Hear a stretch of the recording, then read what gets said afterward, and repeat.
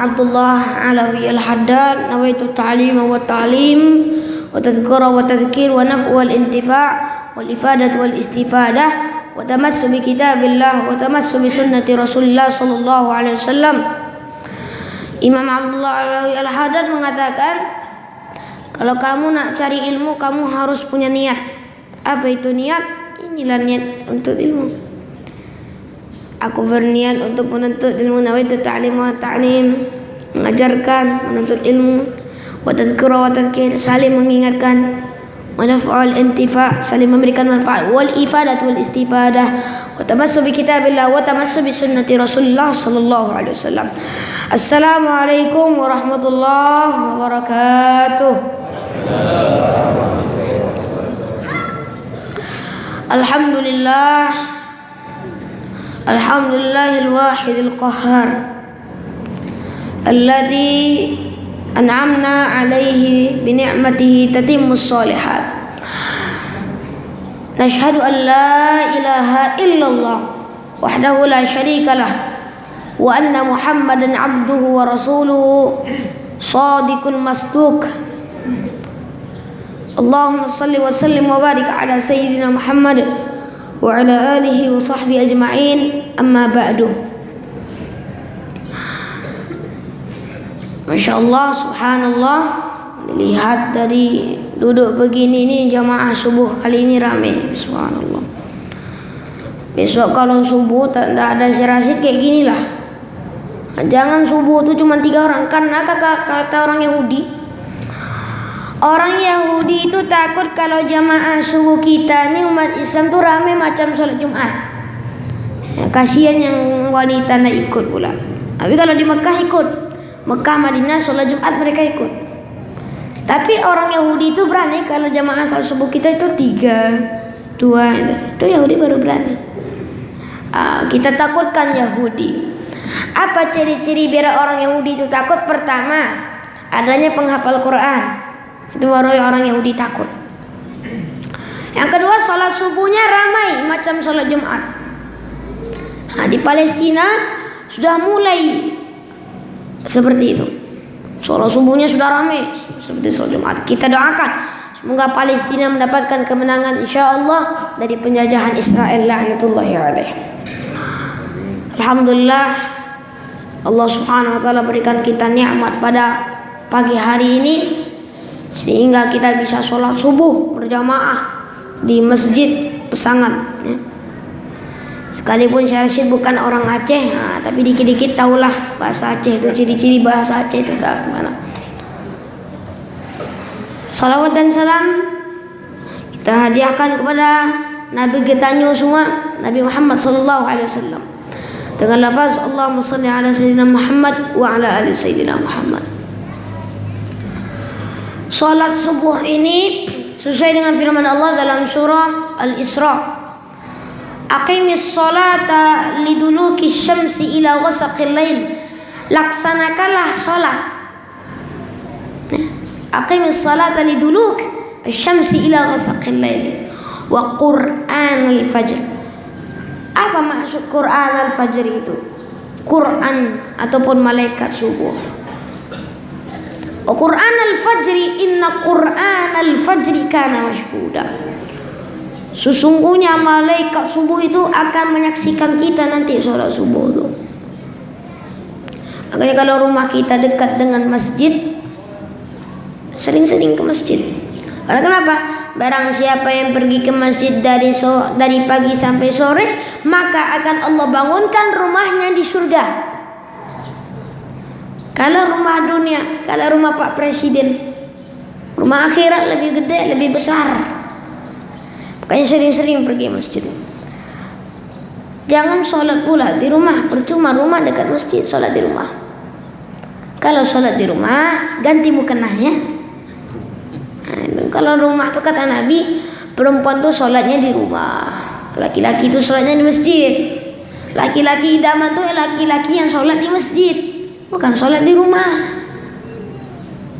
Subuh bangunkan semua keluarga. Subuh. Agar orang Yahudi itu pada takut semua. umat Islam akan bersatu seperti ini insyaallah. Allahu Akbar. Bersatu. Jangan putuskan tali silaturahmi. Karena kenapa? Wa'tasimu bihablillah jami'an wa la tafarraqu. Kamu jangan berputus tali ataupun berputus silaturahmi. Wa'tasimu bihablillah jami'an wa la tafarraqu. Kamu jangan firqah. Apa tuh firqah? Begolongan-begolongan. Islam tak mengajarkan begolongan. Islam tak ajarkan golongan ini tak. Islam mengajarkan wa'tasimu, kamu bersatu. Ini memang sudah seharusnya umat Islam bersatu, tapi masya Allah khilafiyah masih ada. Masalah celana, la yadkhulul jannata khuyala, celana di atas mata kaki. Ini celananya ini di atas di bawah mata kaki tidak masuk surga. Yang salah tuh yang mana? Yang tak pakai celana tuh yang tak salah. Hati-hati masalah khilafiyah. Sudah, masalah khilafiyah itu cukup. Nabi nggak ada ngajarin masalah khilafiyah. Sudah seharusnya umat Islam ini bersatu. Kita ini umat akhir zaman. Kenapa nih umat akhir zaman? Banyak tanda-tanda akhir zaman sekarang. Palestina itu Ardul Muqaddasah, bumi suci, tapi masih diserang, termasuk tanda akhir zaman. Syam, Syria, di situ ada makam sahabat Nabi, kalau nggak salah namanya Khalid ibni Walid. Disitulah sahabat Nabi, salah satu sahabat Nabi di makam, masih diserang juga. Itu termasuk tanda akhir zaman. Sekarang coba lihat pergaulan kita sekarang. Banyak pemuda-pemudi yang berpacaran, betul? Banyak pemuda dan pemudi yang hisap lem. Kalau ngisap lem, putus urat-urat macam listrik, digunting putus.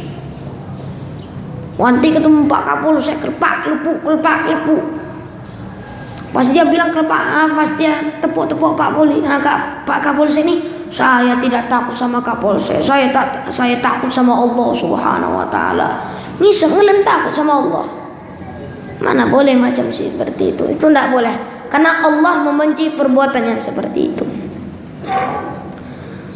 Para hadirin dan hadirat yang dirahmati Allah Subhanahu Wa Taala. Sekarang kita ini berada di zaman akhir zaman. Sesuai apa yang dikatakan Nabi, sesuai sebaik-baiknya orang adalah orang yang berada di abadku. Summa yalunahum, kemudian mereka ke abad yang satu lagi. Summa yalunahum, mereka ke abad yang satu lagi. Kita yang berada mana? Ini kita sekarang berada di fase akhir zaman. Jangan pula berandai-andai, andai saya hidup zaman Nabi Muhammad nih, saya hidup tentram. Allah takdirkan kita hidup zaman sekarang untuk memperbanyak ibadah. Zaman Nabi maksum, Nabi SAW maksum, kita tak maksum. Apa itu maksum? Terlindungi dari dosa. Allah takdirkan kita hidup di zaman ini. Membaca rasyid seperti itu, bilang sama Ustaz, kenapa kok kita hidup seperti ini Pak Ustaz? Tidak hidup zaman Nabi aja Pak Ustaz. Syekh, antum hidup di zaman ini, kita semua hidup di zaman ini, zaman fitnah. Makanya Nabi SAW mengajarkan saat tasyahud baca doa. Setelah innaka hamidum majid, telunjuk kita turun. Allahumma inni a'udzubika min adabi jahannam wa min adabil qabri wa min fitnatil mahya wal mamat wa min syarri fitnatil masihid dajjal. Ya Allah, lindungilah aku dari neraka jahannam, lindungilah aku dari azab neraka, lindungilah aku dari fitnah al-masih ad-dajjal. Kenapa dajjal disebut al-masih?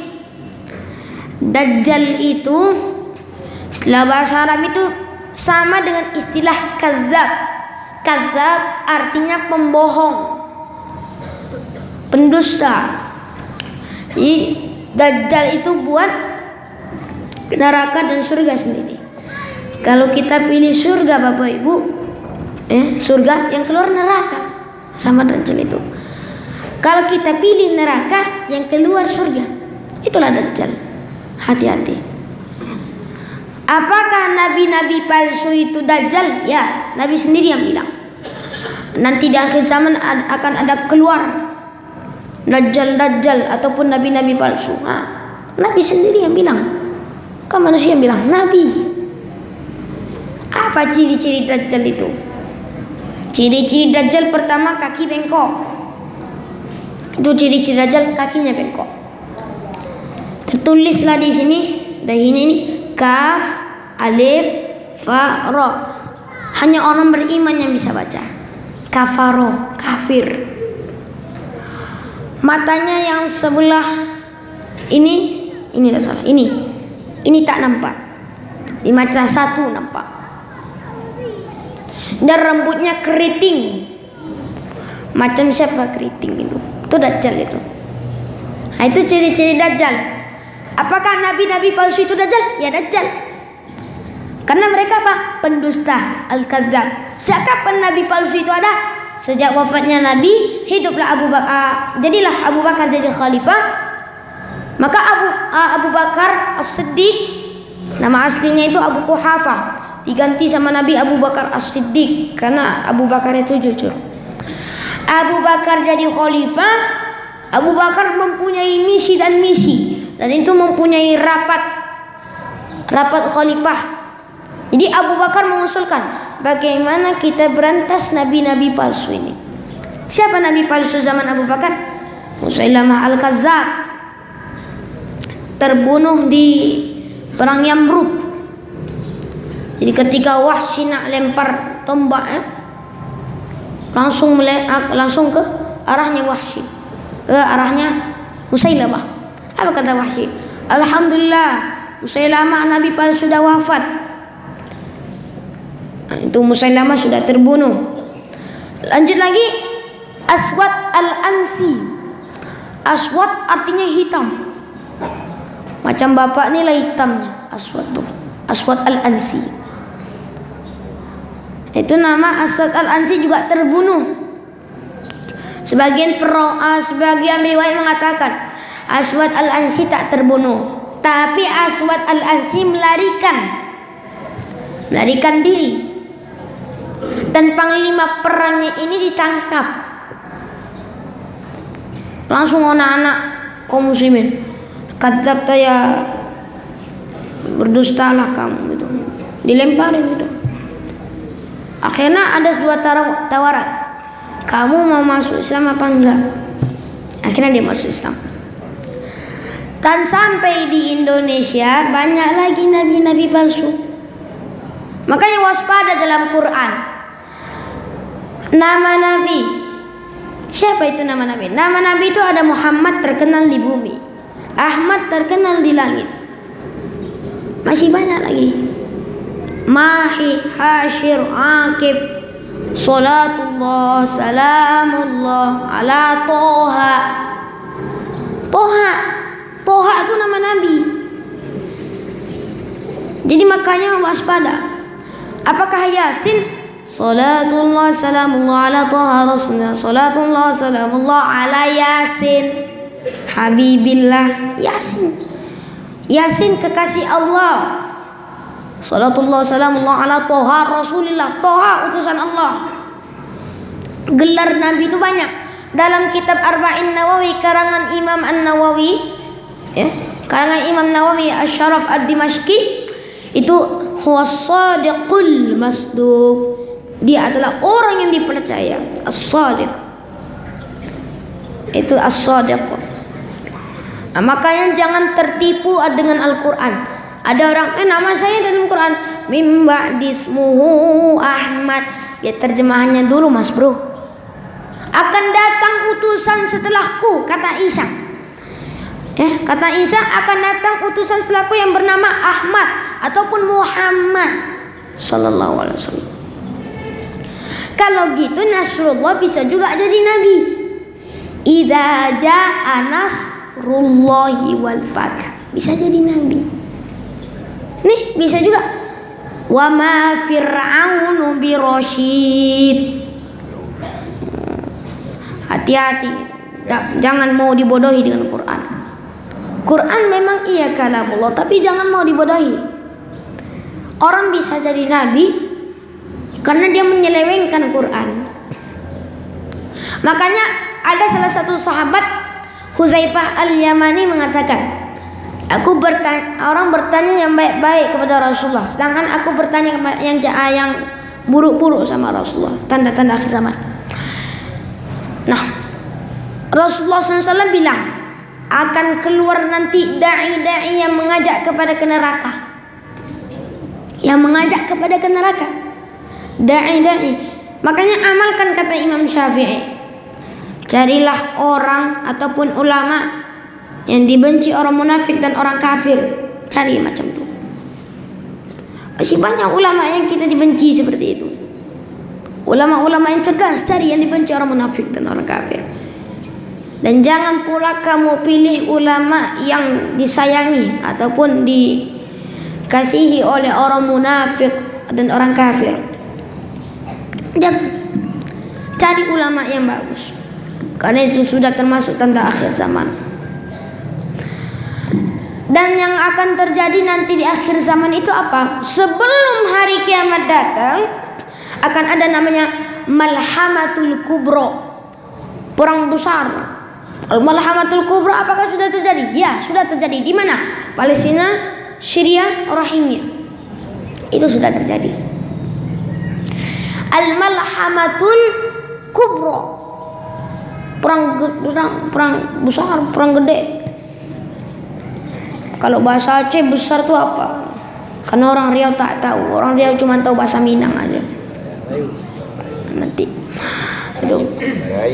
Nah, yang penting itu lah. Itu termasuk apa? Termasuk lagi tanda-tanda akhir zaman. Quran dan akhir zaman itu, Quran dan Sunnah itu akan dikebelakangkan, termasuk akhir zaman. Hudzaifah Al-Yamani dengar sendiri Rasulullah. Apakah nanti adakah orang-orang yang benar? Ya, tapi ada asap. Apa asap itu? Dai-dai yang membawa kita kepada neraka. Tuh. Carilah petunjuk. Mana yang bagus? Quran dan Sunnah memang bagus. Cari ulama yang cerdas. Bertanyalah. Fas'alu ahla dzikri in kuntum la ta'lamun. Bertanyalah kepada ahli dzikr. Maksud ahli dzikr di sini adalah orang-orang yang berilmu, orang-orang punya ilmu banyak. Fas'alu ahla dzikri in kuntum la ta'lamun. Kalau kamu tidak ngerti, tanya sama ahli dzikr ini. Orang yang berilmu ini tanya sama dia. Bapak Ibu yang dirahmati Allah Subhanahu wa taala.